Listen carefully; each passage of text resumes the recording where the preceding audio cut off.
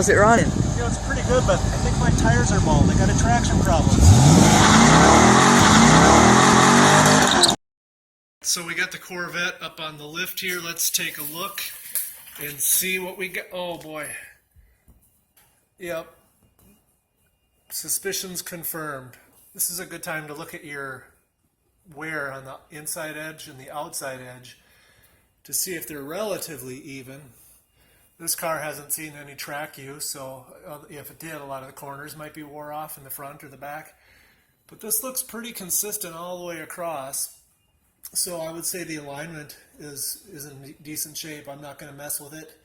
More likely, in my experience, to have them mess it up if it's good the way it is. And these tires, to me, are not screaming there's an alignment issue. So I actually obviously knew they were bald, but I was trying to get every last mile out of them. Plus, let's be honest, when they're at the end of their life, it's fun to do about a month's worth of burnouts, you know, just because they're shot anyway. So time to find some new tires. In the past, I've always had good luck with TireRack.com, so that's where I went.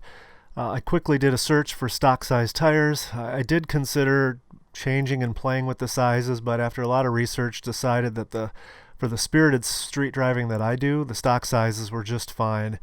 But I quickly located these Firehawk Indy 500s, which are pretty darn cheap. Usually that's a red flag for junk.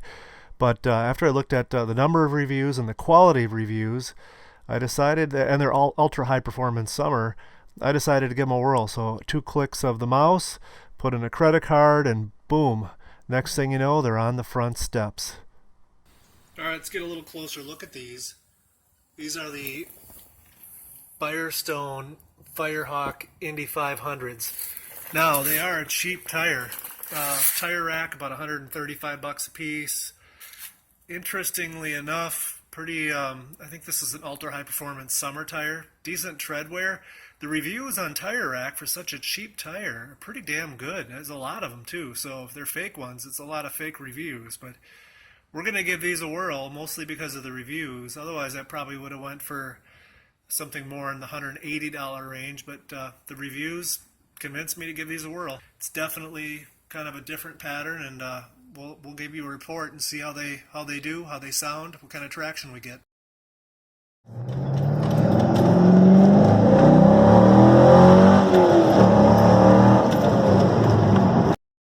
All right, so 2 months have passed, and keep in mind this is not meant to be some sort of a high-end test video of tires. It's just a regular guy who does quite a bit of spirited street driving, telling you what I think of these tires. So I would say, first of all, noise. That's a common thing with these big, wide Corvette tires and the lack of sound deadening material. I would say they're pretty quiet, so I'm happy with that. Traction, they are ultra high performance summer, and I must admit it takes quite a bit more to get them to break loose. So that's a telltale sign that you get more traction. So clearly a good traction tire. Sidewall and handling, yeah, when you zig and you curve and you turn, some cheap tires have really crappy sidewalls, and you can feel that flex, almost like you're on little balloons, and not these. These very rigid and very good handling, so happy with that part. Wet weather, I was expecting them to be pretty bad, to be honest with you, but in wet weather they've done pretty well. Now, granted, I don't test them out hard in wet weather because that would be dumb, but wet weather I'm satisfied. Same thing with cold weather. They seem to grip pretty good, and I've driven it down to about 32 degrees. I'm about ready to put the car away for the winter. So that does it for, the last part would be wear. Only time will tell on that. I hope I get 20,000 miles out of them. That'd be great.